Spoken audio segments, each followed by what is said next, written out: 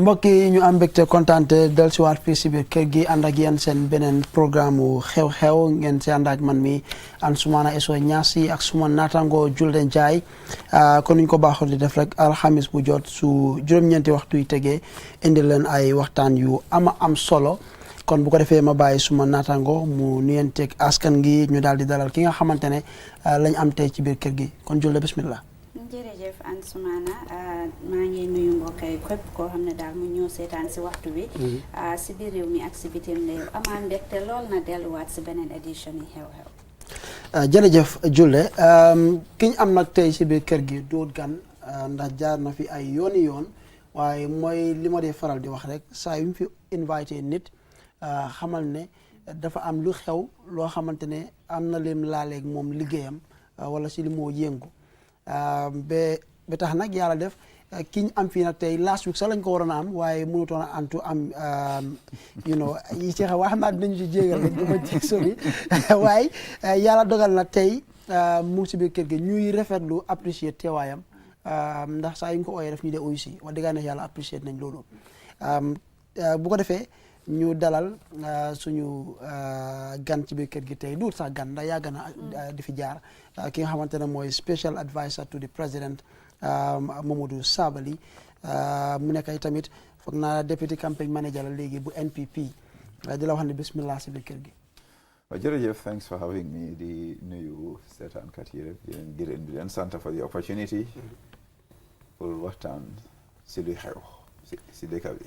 voilà pour leeral rek li ëpp si lu ñoo waxtaanee tey du nekk sax yëfi politics waaye dina laal lu bëri ci sa liggéey as special adviser to the president comme que yàlla def na yow la président bi tànn si ñi nga xamante ne ñoom ñoo koy yàdd di ko xelal dafa mel ni yow yaa ci gën a am makaama bi gën a kawe daanaka kon ñu am mbégte pour am la ci biir programme bi dinañu gestu yenn ci nga xam ne nguur a ngi ciy yëngu wala ba nga xasee nguur yi ñu ngi ciy yëngu waaye dinañ ci gestu lu jëm ci benn ci gestu boo xamante ne kenn si suñu naataango muy taskati xibaar def na ko jamono ji réew mi yëpp di ko waxtaanee te yàlla def jamono bi ñu doon def liggéey boobu yow mi bokk nga si nit yoo xamante ne amoon ngeen ci jafe-jafe ba yàlla def loolu tey mu génn kon su ko defee ñu tàmbalee li nga xamante ne mooy suñu waxtaan dinañu ko tàmbalee ci fi nga xamante ne mooy affaire yi lan mooy sa gis-gis ci li nga xamante ne mooy ñi yëngu ci wàllum kaaraange seen ñàkk a joxe li nga xam ne mooy permit pour ku bugg a génn dox ñaxtu lan mooy sa gis-gis generally overall ci affaire yi protest ak permit. wala jërëjëf li ma wax rek mooy Gambia waru ñoo fàtte ne dañ nekk si jamono transition nguur a wecceeku si anam bi nga xam ne sentu woñ ko noonu mu indi ay jafe-jafe dañ fi isi ay soldat yeneen réew pour dimbale ñu si kaaraange réew mi am na réew yu bari yi nga xam ne am nañ jaar-jaar yooyu mbuj bi rafetut the aftermath of a dictatorship liñ gis around the world in Libya in Iraq in Syria ay réew yi nga xam ne maa mun a wax ne failed state Gambia yàlla musal ñu si nag si coalition bi nga xam ne ñoo ñëw together jox ñu His Excellency président Adama Barrow mu doon ku dal doon niti jaama soppa réewam di doxal nag si loi si jamono yooyu lañ nekk transition boobu is still on and one of the key components of that mooy security service reform am na jéego yu bari yuñ si jël waaye ba tey am na yu si mutut Gambia dëkki loi la suñ ne démocratie dafa ñëw ak rule of law nga soosey leen wax ne état fala koy lafta fudo la bari lafta ifata daajiyo la doo wane bugga nga cere waaye bugguloo ñeex bi soo buggee cere fo nga buggaale ñeex bi tam ay loi ñooy doxal réew mi bokk na si loi yooyu soo buggee génna pour wane sa gis-gis wala sa bañ-bañ si yu xew si réew mi loi def la sant pour nga bindee police yi mbiri kaaraange la police yi su la joxee permis tam dinañ make sure ne jël nañ ay jéego because ñaareel ñuy génna pour def yooyu xëj na am nañ ene bu rafet waaye société bi nu mel ñeneen mun nañu faa dugga ñi nga xam ne ñoom seen ene bi rafetut so loi bi lu mu wax mooy su la police joxee permit nga génn def ko suñu la ko joxutee nga bàyyi ko loi moom nag loi rek la duñ nekk si réew bi ñu wax ne loi bii la ñoo toppa duñ toppa loi boobu et loolu mënut a am so like I said loi boobu si boppam is contentious am na ñooy wax ne loi boobu dañ ko wécci dañ ko war a wécci waaye ñooñu nekkoon nañ si nguur bi wécci wuñ ko ñooñu ba tey ñu ngi si néegi député bi loi baa ngi fa so long as loi baa ngi fa man Modou Sabally suma gis-gis mooy we have to respect the law. lan mooy sa xalaat yow si loi boobu dañ ko war a wécci wala lan mooy sa xalaat si Public Order Act bi ndax soo xoolee constitution bi in as much as ne mu ngi laa wan ne foog nga sàkku li nga xamante ne mooy permission ci police yi waaye the same constitution dooleel na la pour ngeen mun a dajaloo mooy right to assembly mu mel ni Public Order Act bi gis-gisam ak constitution bi am na li si jota loo xamante ne méngoowut lan mooy sa xalaat ci Public Order Act bi nga xam ne boobu mooy tere protest yi bari naa wax de yàlla may na ma tuuti xam-xam tam waaye li nga xam ne nekkut suma area duma si dee xuus duma lawyer waaye li ma jot a xam si fi loi yi nga wax noonu loolu jurisdiction yi Supreme Court la pour ñu interpret the law so duma si sori waaye xam naa ne in every society especially developing ones we need order we need peace we need stability so duñ boo mun a bàyyee kenn nag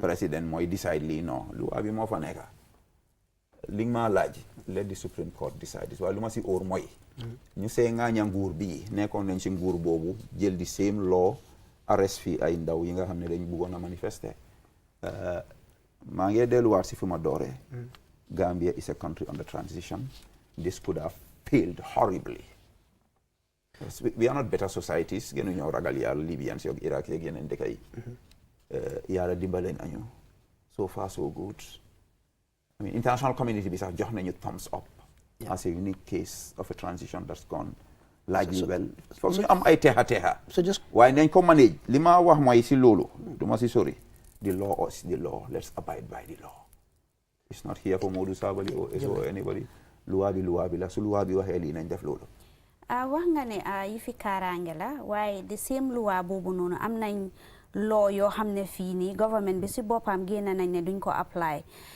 because dañ believe ne méngoo wut ak démocratie loi yu mel ni death penalty bi loi yu mel ni draconian media law si government bi génn nañ ne duñ ko use ndaxte gëm nañ ne méngoo wut ak démocratie lu tax kon bii mu war a nekk an exception su dee government boobu jox na la cër boobu santa ko nga gërëm ko duñ la jox yëpp nga jël yëpp dëkk bi foog ñu am law and order that is my position gis nga yi nga wax noonu xalaat yooyu man am naa xalaat yoo xam ne sax dafa uteeg di majorité ñu ñoo xalaatee man as a person death penalty dafa am solo pour ñu am ko si suñu loi yi as a deterrent not only as a deterrent yàlla moo ne ku rey nit dañ la war a rey so man keneen du ma ñëw du ma jox beneen xalaat si loolu li ma jël ma see jël waaye li ma wax rek mooy fii foog ñu ànd ak dal ak xel foog ñu create a sense of balance appalante jégalante waaye dem na ñëw na foog ñu am law and order pour society bi mun a progress yi fi kaaraange boobu booy wax waaye police yi gars si seen reply bi to organisers yi protest bi including any response there pour wane ne lii moo tax ñu dinaay gaay protest bi fooguloo ne gaay seen right la pour ñu mun a xam lan la tax gaay ñu dinaay gaay protest bi police yi ñoo binda leetar boobu lu nekk seen xel bi man xawma ko police xalaati police la am wax naa ko si balaa ñoo dugga fii si waxtaan mindset la mindset yi civilian ak mindset yi police dañ utee police yi ñoo xam lu tax waaye li ma óor te óor ma si dëkk bi with a lot of experience mooy dialogue am na solo waxtaan man I was in opposition am na times yi nga xam ne apply nañ a permit police yi deny ñu demaat applyaat police yi ñu waxtaan bu jee nañ koo am amoon na times still I was in the opposition even when I was in government sax am na ndaw yi apply on which was a protest that has nothing to do with government ñoom seen civil society issue la ñu deny leen ñu ne dañoo génn ma ne leen non bu leen def loolu loi bi terewut leen pour ngeen applyaat leen te man xam naa ne the police have been very accommodating even to us at UDP when we were there several times ñu apply for a permit ñu oo ñu waxtaan I mean man dama believe ne daal dialogue consultation ak positive engagement mun naa solve all our problems. According to records, gis nañ ne depuis 2020 ndaw yaa ngi génna binda pour wane ne dañ bugg a génna for peaceful demonstration or protest waaye gis nañ ne anything loo xam ne daal dafa critical of the government duñ dee issue permit. loolu du dëgga. Depuis 20 records. That is not true because ñun we were in UDP fii ñu def an anti-corruption protest the permit was granted. Police provided security. You def protest bi mu dem. Barki no let me land. No let me land. Xam nga no let me land. So let me land. Let me land. Is that not one of? Let me land. If you listen, you will hear. Li ñu war a avoid mooy pour push false narratives to confuse the public. Bi benn la. The judicial protest bu xew fii barki démb ak Njaay. What is more critical of the government that they granted the permit?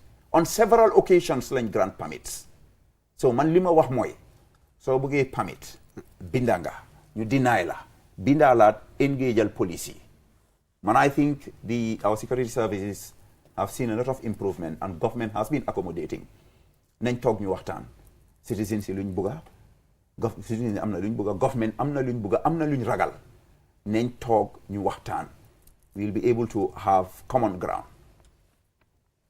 Now, I just want to buttress Lena. It's true ne amna protest yo xamantene ñi ko organize buñ apply pour permit dañ ko approve dañ leen jox permit waaye tamit amna yo xamantene dañ ko reject but si li ma bëgg a dellu rek mooy affaire yaa ngi doon wax ne ñu ngi si transition and all that granted I agree. And also ñu ngi nekk in a very volatile sub-region. Senegal si boppam suma sañoon ne they are going through a transition ñu ngi just change government ngi am seen challenges right now seen government mu ngi am issues with the media soo demee beyond Senegal rek yaa ngi am ay Mali fii Burkina Faso you have some insurgents terrorist activities Guinea Bissau ñu ngi am seen challenges man li ma wax man ami civilian mindset civilian laa am police, they have a security mindset. I don't know what's going on in their mind. Why man lima wax moy and I repeat. Soxla nga permit. Deny nañ ko. Apply it. Re-engageal. Nañ tok ñu waxtaan. We are still going through a transition. The security forces are being reformed. Nit ñi seen ewute ci democracy. Mu ngi gëna yokku. We've not reached the promised land yet. But foog ñu ànd ak dal. Pour réew mu na jëm kanam ñun ñëpp ñu am liñ soxla si réew mi be it government or opposition réew mi ñun ñoo ko bokk am nañ président bi nga xam ne he believes in democracy and the rule of law. loolu yàlla moo ñu ko may let's make the best use of it to rebuild this nation so to what we want it to be. Based on that point ne nguur gëm na yëfi démocratie ak rule of law te loolu without the shadow of a doubt te loolu laa doxee bokk na si liñ dee gën a ŋaaña nguur bi fi nekkoon before bii mooy ne dañ daan jëfoo loi yoo xamante ne daf daan yàq nit ñi seen àq wala daf ñu daan noot da ci mel ni Public Order Act bi comme que tey ñu ngi si transition am nañ nguur boo xamante ne dafa gëm démocratie ak rule of law ndax jamono jotut ñu génn ci façon loi yu mel noonu Public Order Act bi fooguloo dañ ko war a repeal fi mu nekk ndax xam naa ne yow activiste nga góom nga fi human rights da nga dee taxaw trop si fi ndaw yi tamit lii bokk na si lu ñoo joytu yow si sa xalaat sa jëmi boppa enas ak expérience bi nga am yëpp si nguur fooguloo dafa jot Public Order Act boobu ñu repeal ko. Gis nga so man I have some thoughts and some convictions about governance nga xam ne it's not necessarily aligned with the Anglo-Saxon, Western, ultra-liberal kind of democracy. So gisee of late sax man suma tukki sax mainly towards China maa ngi gis Asia naka la ñoo doxee and they were able to develop with their own sets of principles ak yooyu waaye eso xam nga waxtu dafa jot nag pour ñu waxtaan si dëgga bañ a réeral nit ñi public order act bi nga wax ni ak loi yooyu foog naa ne these issues were addressed by the draft constitution boobu dégg nga may ma lande because waxu loolu sama ma ko is in the conversation that process is stalled. Why is it stalled? Ñàkk a waxtaan bañ dialogue toog ne my way or the highway di yóbbu réew mi pen. If there are people who believe me this public order act should be repealed, we are still in a transition, in a nation building process, in a constitution building process. Xanaa duñ toogaat ñu waxtaan ñu seet democracy give and take la compromise la waxuma nga sacrifice everything waaye su dee kii bugga na dara man tam ma bugga dara munu ñëw déggoo let's meet middle way. I think ne lii war naa mun na trigger a conversation beyond the public order act to the mother book of our laws, the constitution. Right now that process is stalled. Well, it's important ndax soo xoolee li bëri si ñoo xamante ne ñooy ŋaaña nguur especially su ñëwee si lu mel ni ay ndaje dox ñaxtu ay protest ay yooyu li ñu wax mooy li nguur di deny permit yëpp li ci ëppa daf dee nekk ci ñoo xam protest yoo xamante ne am nañ njorta ne xëy na ñii de critical of government oo yu demee noonu. No, so I think you are beating a dead horse. Lolu answer nako. That assertion Lolu amut. It's wrong. It's a wrong assertion, John. John, one or two examples. Fee almost every other protester is against government, is critical of government, and government repeatedly joining permit. On occasions, sinko deny. Mane, go and re-engage Lola. Wa ma give up sa rights, re-engage al. Wa lima wa mo nen topa lua. Man, I stand by that unequivocally. Let's follow the law. Te ñu bari dañ gom ne currently lu nekk di happen ci Gambia is like ñu ngi repeat Jammeh era. Loolu du dëgg amut su doon Jammeh era la doo ma ñemeño laaj this question sax. Let's give the devil his due. Toog naa fii ma xalaat. President Barrow is peaceful, he is law abiding, he is accommodating, he is tolerant. That is him. Try nañ lu nekk nag pour provoke ko pour def ko a monster bañ na ko. Gis naa fi ay nit sax ñuy def ay things keroog président toog waxtaan ak kilifa yi fii eeda wante kilifa yi eeda nañ ko Banjul Muslim eedas moom tam mu eeda leen ñu ne dafa xas nit ñi dafa saaga ak imam yi président Barrow ak saaga ak xaste no that is not him, you cannot make him that.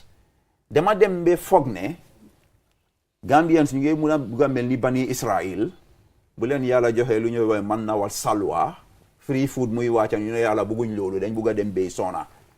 I mean yàlla jox la somebody a peace loving democrat crown Africa's most peaceful president nga bëgg a koo push to become a delegate to become a dictator. waaye bul fàtte ne yow it bokk nga si Gambian ñoo xam ne amoon nañ the same belief. Which belief? ne Barrow baaxut si dëkk bi. Well, let me rephrase that. We wanted dama nekkoon si opposition ñu bugg a mu jóg foofu pour ñun suñ nguur bi toog fa. It is my right. I have no regrets being in the opposition. bi waxtu bi jotee ma gis li ma gis xam li ma xam ne ñun lu ñuy oote si opposition bi munuñ koo def te Barrow mu ngee def la moo xam ne moo gën si réew mi ma ñëw join ko li ma wax mooy don't distract me. Barrow is not a dictator. We should not push him and force him to become a dictator. He's a peace-loving, tolerant, democratic, accommodating leader. Then fogo lo nañ ko bàyyi noonu nga bàyyi ñooñu tamit ñu realize kañ laa leen téye comme yow noonu kañ laa leen téye exemple boo nekk di jël it's like you're forcing it on nit ñi pour ñu accept ne démocrate la. Forcing what? Man, I'm not forcing. I'm just arguing. That's democracy. We're teaching the Kiankas and the Sarahulis because no one knows that. I'm Sahalat. So that's it. I'm not forcing anybody. But Barrow is not a dictator. Move on. And Barrow mo bañ du nekk dictator. Lu ala mo tapa jama la buga. Mo bañ. Du ko def. Ñun sax bëgguñ mu nekk dictator. So ñu move on to foog naa the most talked about topic jamono ji si réew mi. Bu nguur wéccee ko 2016 2017. bokk na ci li nguuri président Adama Barrow def mooy dañ demoon si néegi député yi ñu xalal leen yoon ñu taxawal kuréel boo xam ne moo doon gestu kii fi nekkoon président ak ay ñoñam ñi mu doon liggéeyal seen niñ amee woon ni ñu yore woon alal li réew mi ak seen alal sax ñoom seen boppa alal boo xamante ne ñoom gëmoon nañ ne jaarut yoon waa alal li askan gi la yow mii bokkoon nga si ñu testify si commission boobu gannaaw loolu commission bi daan la ci anam boo xamante ne yàgg nga ko jooytu ne jaarut yoon àndut ak yoon am ñoo xam ne tamit bari na ci réew mi ñu gëmoon ne dañ la jaayoon doole jamono dox be gannaaw bu commission bi paree liggéeyam déggatuñ ci dara government issue na si white paper affaire yi dem na mu sedda yàggut justice minister demoon na parliament ki fa nekkoon sax balaa moom it demoon na parliament si néegi député yi ñu laaj leen alal yooyu ngeen xam ngeen wax ne si tuuri former président Jammeh la nekk te mu amoon ko ci anam boo xamante ne jaarut ak yoon wala alali am nañ njort ne alali askan gi la ñan ngeen ko jaay ñaata ngeen ko jaayee ak analyste bi ministre wax na ne moom du joxe liste bi ki ko uutu tamit nekk fa jamono ji ñëw ne moom it du joxe liste bi jamono dox be am kenn suñu naataango ku génn def gestu daal di ko tasaare ci buntu taseekaay xibaar yi am lu bari lu mu feeñal ci loolu ma njëkkee si laaj mooy li ma njëkkee lan moo nekkoon sa impression ndax dégg nañ yàgg nga di wax ci lii waaye lan moo nekkoon sa impression gannaaw bi nga gisee report yi Republic bi. Well, it's interesting again di delluwaat si wax bi ne rek lii yëpp all these are outcomes of the transition period process that we are going through. Jaane commission set nañ ko up te bu ñu fàtte ne président bi mu ngi ko setee up fala si jeexal seen independent commission quasi judicial ñu def seen liggéey man bokk naa si njëkk a ŋaaña commission bi ne nekkuñ di doxal dëgga witch hunt la bokk naa si njëkk a wax ne commission bi ni ñoo jëlee asset si Yaya Jammeh di ko jaayee àndut ak yoon sàcca la bokk naa si ko njëkk a wax at the time people were insulting me attacking me te man wax naa ne commission bi jaarut yoon man liñ ma tuumal nanguwuma ko I've not accepted it. I'm completely innocent sàccuma alali nguur I am innocent at the time ñu ma doon saaga di ma xas si loolu ñooñu ñooy taacul Moustapha Darboe tey Moustapha nag he is a journalist liggéeyam la def within a democratic space and we respect his rights parce que lii nguura bi nga xam ne dañ gom freedom of press dañ dooleel press bi ba recently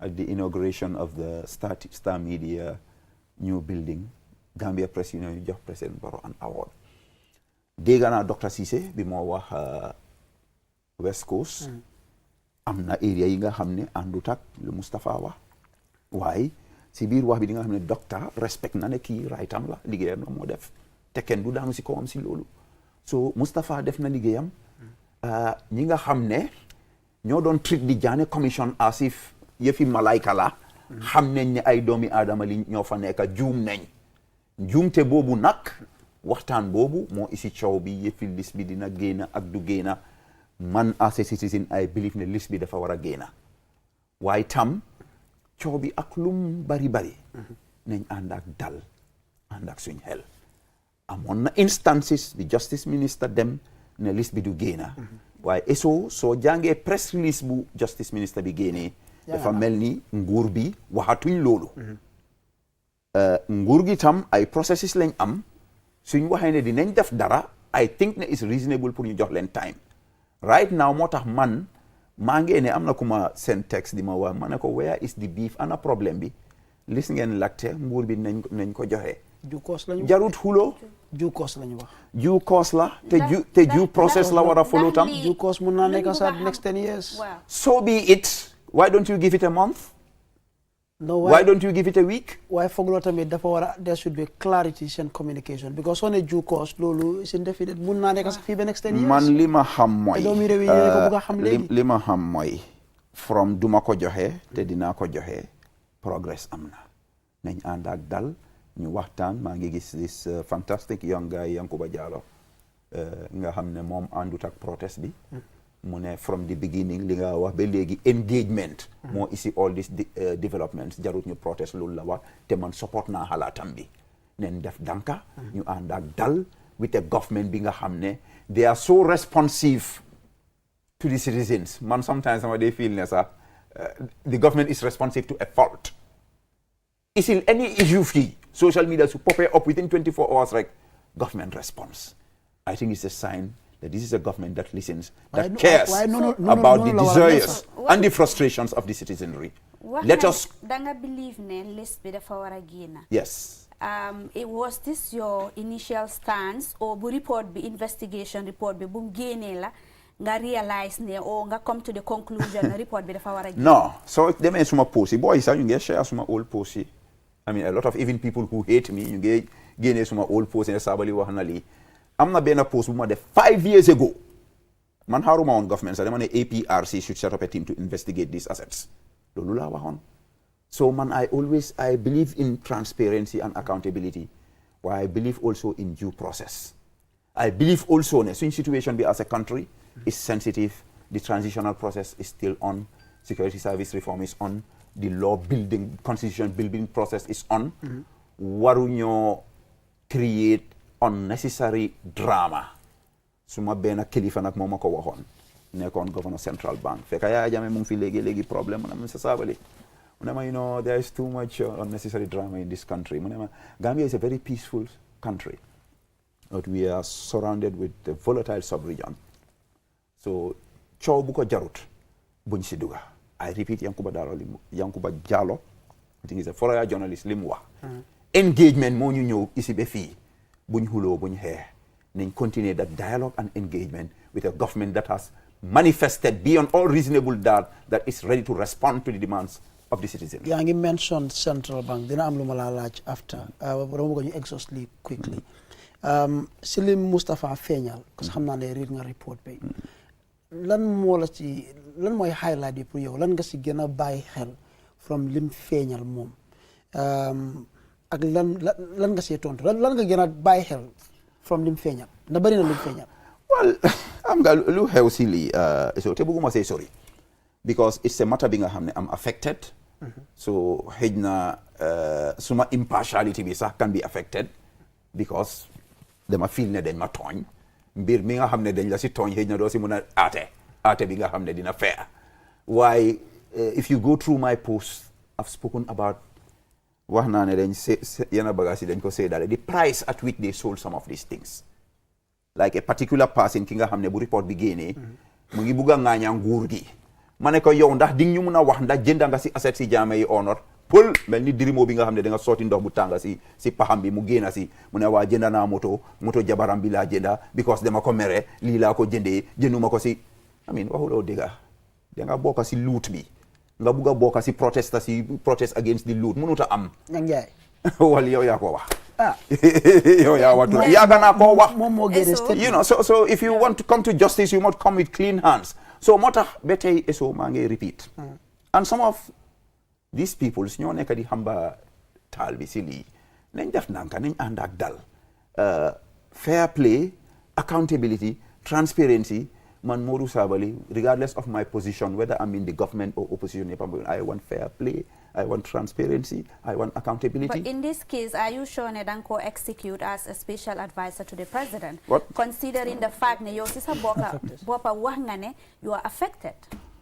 Man awma anything to execute or ñaa si execute man advice la I advise. Loolu lay wax comme impartially hope you will advise that without having conflict of interest because already you are conflicted in this case.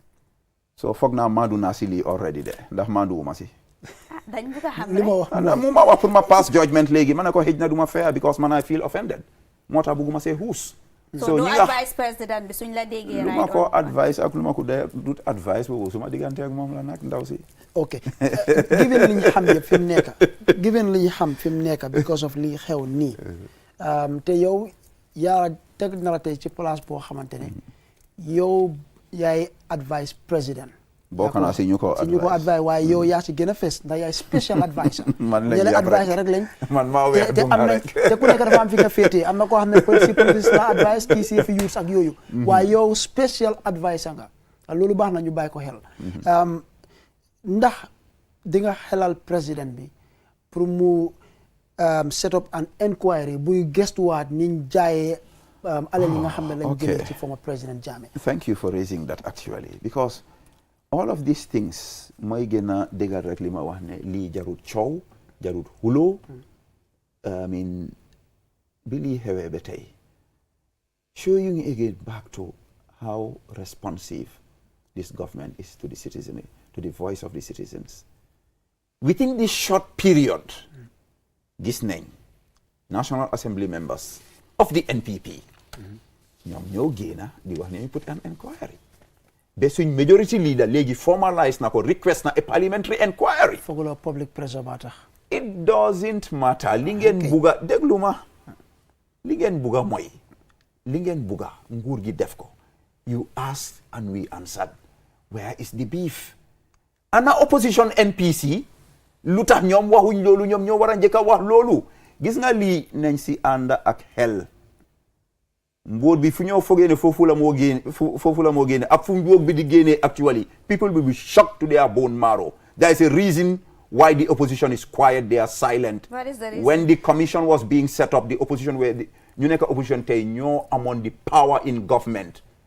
Am na si ñu nekk si inquiry boobu ñu nekk si opposition seen xarit yi leen jël ñu def ko fa ñu def leen fa li ma wax mooy back to your question seen loxo yi dafa taxa.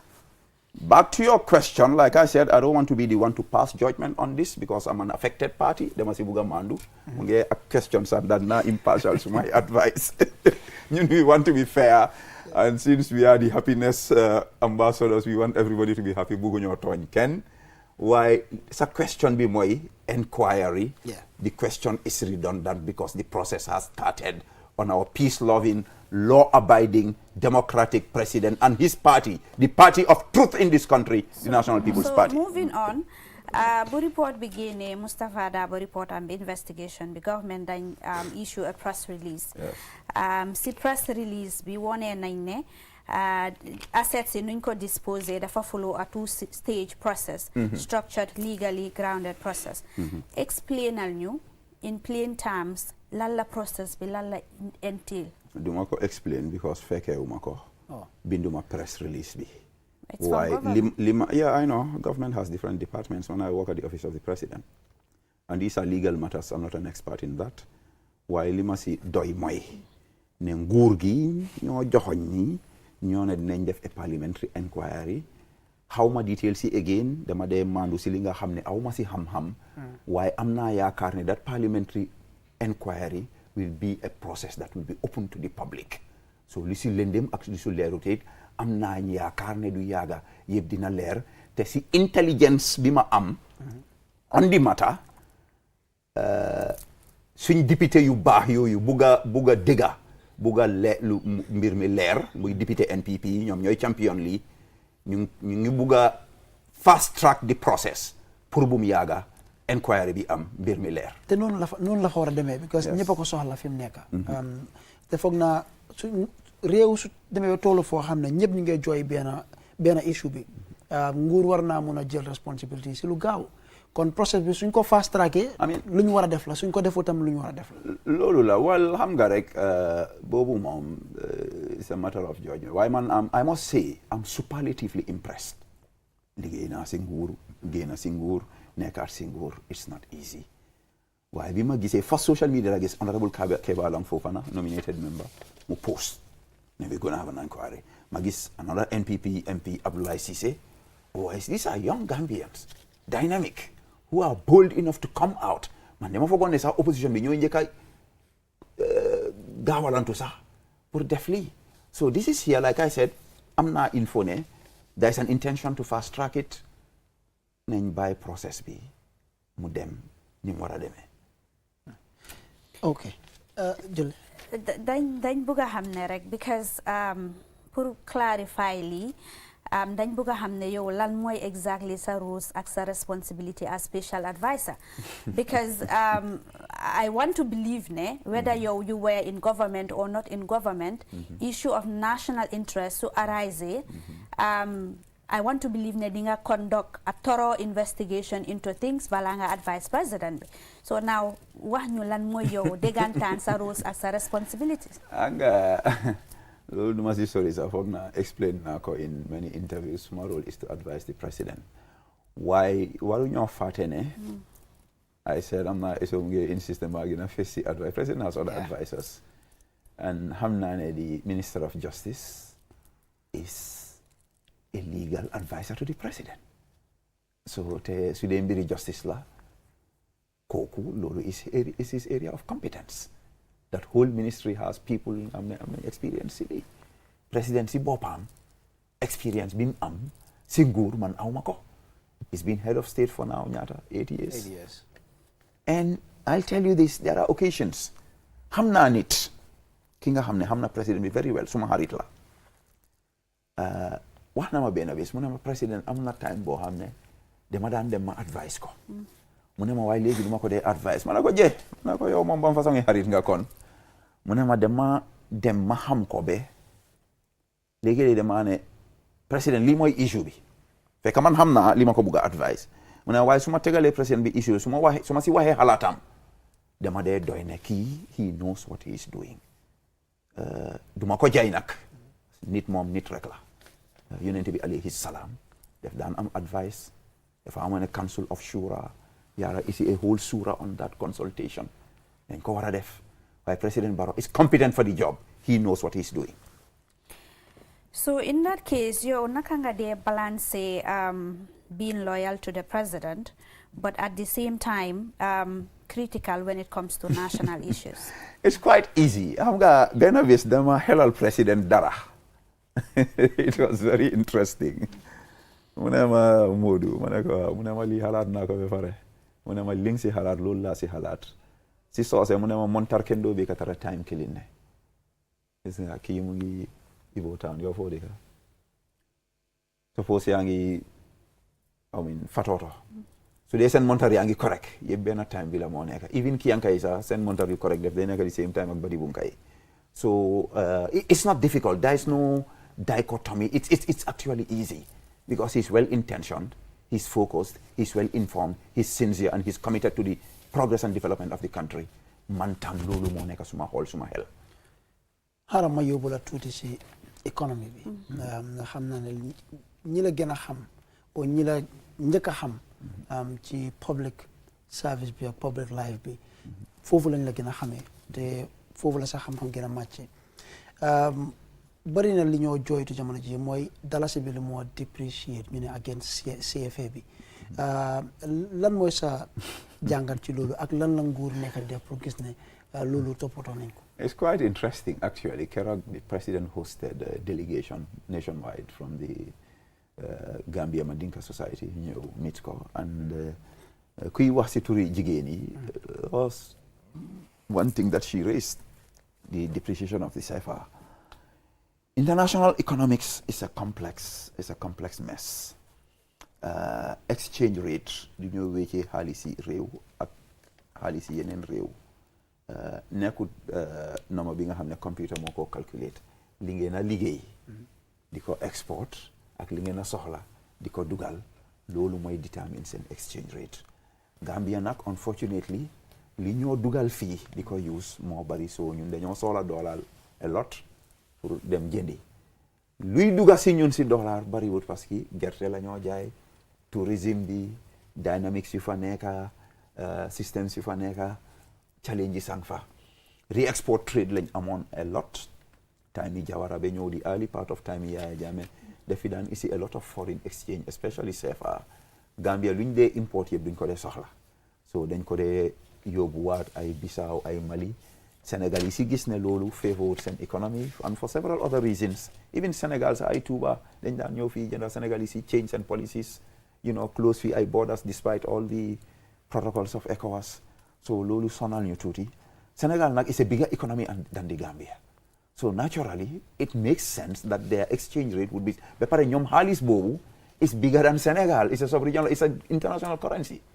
Sénégal Ivory Coast I mean all these countries ñu ngi use lii te Sénégal lu moo export ñun exportuñ ko ñun lu ñoo jëlee Sénégal dugal ko fii ñun exportuñ loolu so naturally lii dina am macroeconomic policy nag am na si rôle dañ naa doo ko mën a stop completely waaye di nga mën a jël ay jéego mi nga xam ne dina ko wàññi waaye tam there are things they call like business cycles am na yenn time yi nga xam ne lu ñoo soxla Sénégal du bari exchange rate bi dina stable waaye fu mu nekk nii sa waa ji xam naa daalam yi order na ko Sénégal yow sa xar mi Birkiland la ko order yee so naturally dañoo need more CFA demand and supply la the more CFA you need the higher the exchange rate so lii there are structural issues yi ñu war a seetaat eso légume sax dañ ko import from Casamance naa war a déet waaye di nga gis ne nguur gi fu mu nekk nii lu ñoo pump into agriculture transforming productivity president ngay indi almost 200 tractors fertilizer is cheaper in the Gambia grants li Dr. Demba Sabally joxe under agriculture grants free more than 300 million yëpp pour boost that productivity ganaar bi ñoo import suñ ko xawma raisé fii dina wàññi you know and so many other issues so the structural issue nag loolu pour sol ko def day jël time dafa nekk ay at si kanam but this is a concern like I said nit ñi ñu ngi koo dunda président yëg na ko mu ngi waxtaan ak principal advisors in that case the Minister of Finance Governor Central Bank who was my boss at the bank then I'm also a National Economic Council bi nga xam ne président na fa toog vice président Governor Central Bank Ministry of Finance Trade Ministry waaye am nañ tamit Business Council bi nga xam ne occasionally président dina toog not only with the officials of government but the business community GCCI ñoom tam am nañ si rôle waxtaan yooyu ñu ngi on but lii I think ñu ngi see def effort we'll continue to do that the concern is legitimate waaye yéen tam bàyyi leen li ngeen a jëndee carax fële jëndee leen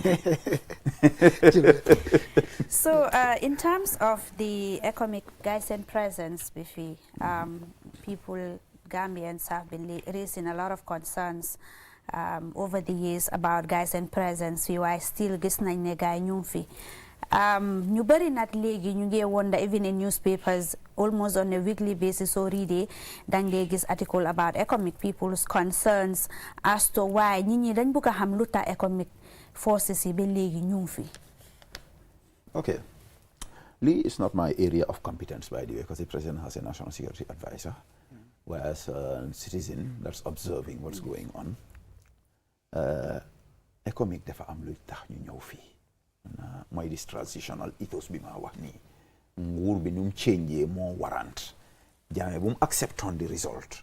Su demoon, we would not have needed economic. At the time, did Gambians trust the Gambia Armed Forces? No. We did not.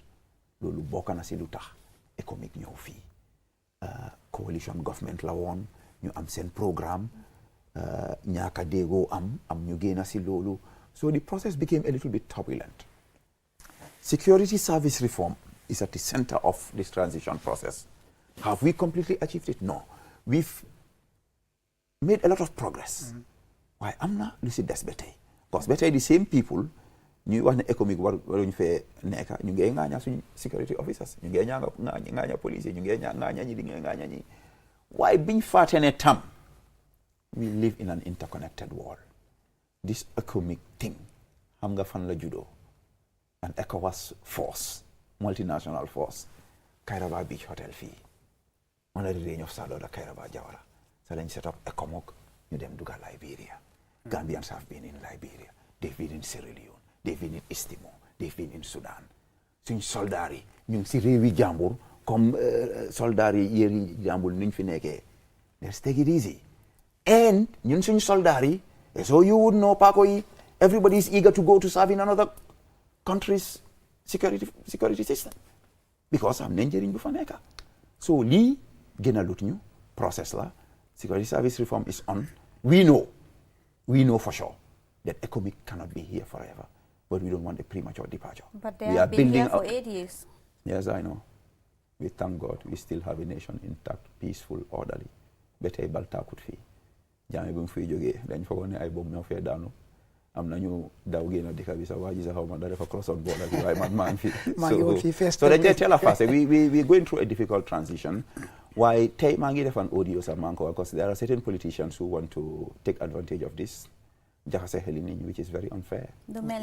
Essa Fall you know dem di bugg a merloo soldaar yi against the government te soldaar yow you don't care about them yow bokk nga si ñu tax sa Gambian si xeeb ñaaka óolu soldaar yi Gambia we saw what you did at TRRC, and it was all professional. It was partly as a staging post for your political personal ambition. So nañ def ndànka man I witnessed a particular decoration ceremony at State Guard. Fekk the late Colonel Mboub mu ngi dunda yal na ko Yàlla yërëm te yéexe ñu, a competent, professional, patriotic Gambian who gave his all to his country. Pilot, academic, soldier par excellence, who preside over that decoration. Deputy CDS, who is also a young guy from Gomez. Yeah, Gomez. Mu ñëw foofu ñoom Colonel Ka. These are young Gambians yëpp suma morom lañ, highly competent. Colonel Ka moom medical doctor la. Guy ñëw to that decoration. You get decorate Gambian officers. Man, I was part of the people that decorated these people. One of the soldiers for whom had a speech. Of course, Colonel Ka wana fofu as a motivational speaker. This guy, these people you were trained, munyo had a speech. I was blown away.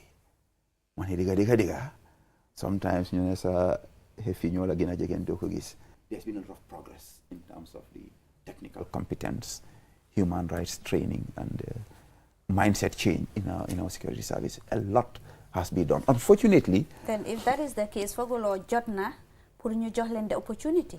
They're being given the opportunity. The Commander State Guard is a Gambian. The ADC of the President is a Gambian. I work with these people. So you them toss among some of military gear. Somebody do State House, the youths are happy, and the soldiers are happy, are motivated. If you doubt it, election them ligging do some you do. So you the youths are happy, the men are happy, we are happy, sir. The military policies are happy. Then no one will be allowed. This is not a joke. But this is something that I saw. The problem is though, some of these stories are not being told of some of these developments. Recently, President Barrow changed the terms and conditions of service of the armed forces. The PI changed for more than 30 years the same pay structures. Lola change completely transformed their pay scale, and they needed that training. Recently, armored personnel carriers. Then got transformed completely. Okay. Like Lindom is much better now, and even more room for promotions at allowances for more than 30 years we changed. So all of these things you get help within the armed and security services. A bit of politics is so hamna so then got the foot in agduma fi ñëwaati de parce que man politician la te dama win election no not 2026 afda la ñoo doore man sa amal na ko loolu mooy xew bi ti seen programme yi noonu la tudda ñaari question te ñu ma xamal ne 6 minutes kese lañ dese so ma bàyyi la rek su ko defee ñëwal sa last question bi. So 2026 is just around the corner. Gis nañ yeneen opposition parties yi, you know, ñu ngi foresee there would be some sort of a coalition. Anyway, I'm not in a place to judge. So NPP, as far as coalition is concerned, what are we expecting? Well, what you should expect is what they're gonna all of. You know, talk about narene, subahe, si head bingo ko hame. Dem nañ afday defa combat. Door guy. President Barrow score a hat-trick door UDP, PPP ak Watson Gambia seen candidate yëpp la President Barrow jël busul leen. We won a landslide victory in half-die. te loolu there are allegations te loolu da ngeen doon jënda vote si de. waaw musu ngaa gis boor buñ daaneel mu accept 100%. na wax ne def ma tooñ def ma lii galaaj bi moo baaxul loolu ibu ko man di nga ko ibu ko bureau bu daa 15 loolu la rek soo losers lañ waaye loolu lu fa xew moo la won ne ñun pare nañ. If you are following the news, you're saying that President Barrow invite now all the alliance partners, the Grand Alliance. So you know them gonna pare. Ni hamuñ sax that nañ def coalition or not. In the half-die election, we had APRC side by side. The National Assembly member, former for APRC was there. APRC youth. It was such a beautiful melange of the brightest colors in our political scene. And we are very happy in half-die. Finally, Mr. Sabali. Yes. Yangi won Brikama a governor. Yes. Last week, yes. Passé. Am li fa xew. Lan mo fa xew. Yeah, an unfortunate an unfortunate incident by all standards. Governor Moma on a street lights project line for UNDP. Bro, UNDP doing the opposition good la ñoo liggéeyal because ñun we are stakeholders there. Then they contribute to UNDP. The UNDP programs are all put within a framework called UNDAF. Xam nga gis nga ndeysaan loo doonu taliwem rek doo nekk sëriñam yéen yi c'est just a sign of ignorance foofu lañ dem pour cover loolu waaye bi ñu eggee at the Jar Oil ma gis a whole caravan coming ndeke gars yi Yankuba Dabo yi leen ma ne governor li la mu ne ma gars yi ñu ne ñoom tam dañoo jël credit for this ban Yankuba Dabo the chairman West Coast ma ne governor fa door interview GRCS was there and NPP media ma ne ko moval from here ñii dañ la provoke waaye governor did not gomu ko mu ne ma no asaba lii jarul ma ne ko xam naa gars yi muy waste time man xaruma ko sax ma dama move towards ma moto rek gars yi ñëw saaga haste ñi ma vidéo dégg naa saaga yëpp bàyyi la waaye vidéo ma man waaye ma ghetto youth like you ma wàcca ma ne ko hey you gotta stop this am Mamadou Sabally doo ma vidéo di ma embarrass so kenn si gars yi sax to be honest ñëw na I mean I like to be fair to people kenn within the mu ne saas boy bul worry kii dañ ko réglé may dugga sama moto mu saaga ndey ñu move more than 200-300 meters away